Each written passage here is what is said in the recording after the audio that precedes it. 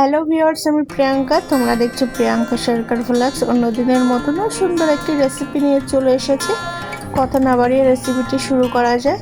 আমার এখানে আছে সজনার ডাঁটা। আমি ডাঁটাগুলো সব কেটে একটি পাত্রে জল দিয়েছি, তার মধ্যে ডাঁটাগুলো সব দিয়ে দিয়েছি। কড়াইতে দিয়েছি এবার একটু সরিষার তেল। সরিষার তেলটা গরম হলে তার ভিতরে শুকনো লঙ্কা পাঁচফোড়ন দিয়ে কেটে রাখা ডাঁটাগুলো সব দিয়ে দিয়েছি। আর আমাদের দেখোই, জানোই তোমরা, শিলে বেশি বাটা হয় মশলাটা। এখানে আছে কাঁচা লঙ্কা, আদা, রসুন, পোস্ত আর সরিষা। এদিকে ডাঁটাগুলো একটু ভাজা ভাজা হয়ে গেছে, তার ভিতরে দিয়ে দিয়েছি যে মশলাগুলো দেখালাম তোমাদেরকে। মশলাগুলো সব বেটে নিয়েছি, নিয়ে ডাঁটার ভিতরে দিয়ে দিয়েছি একটু স্বাদ অনুযায়ী দিয়েছি হলুদ, লবণ আর মিষ্টি দিয়ে ডাঁটাটা আমি ভালো করে কষিয়ে নিয়েছি। আর এদিকে আমি কষাও হয়ে গেছে, আর জল ঢেলে দিয়ে ডাঁটার ভিতরে দিয়ে দিয়েছি। দিয়ে একটু নেড়েছে, আমি কিছু সময়ের জন্য ঢাকা দিয়ে দেবো যাতে ডাঁটাটা আমার সিদ্ধ হয়ে যায়। ডাঁটাটাও সিদ্ধ হয়ে গেছে। ঠিক আমি নামানোর আগে একটু কাঁচা সরিষার তেল দিয়ে দিয়েছি।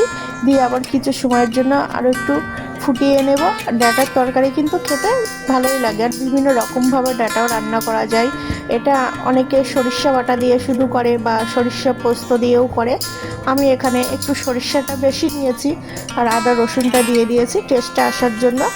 তাহলে ডাঁটা পোস্ত তোমরাও বাড়িতে এইভাবে বানিয়ে খেও। আর তোমাদের সবাইকে টাটা।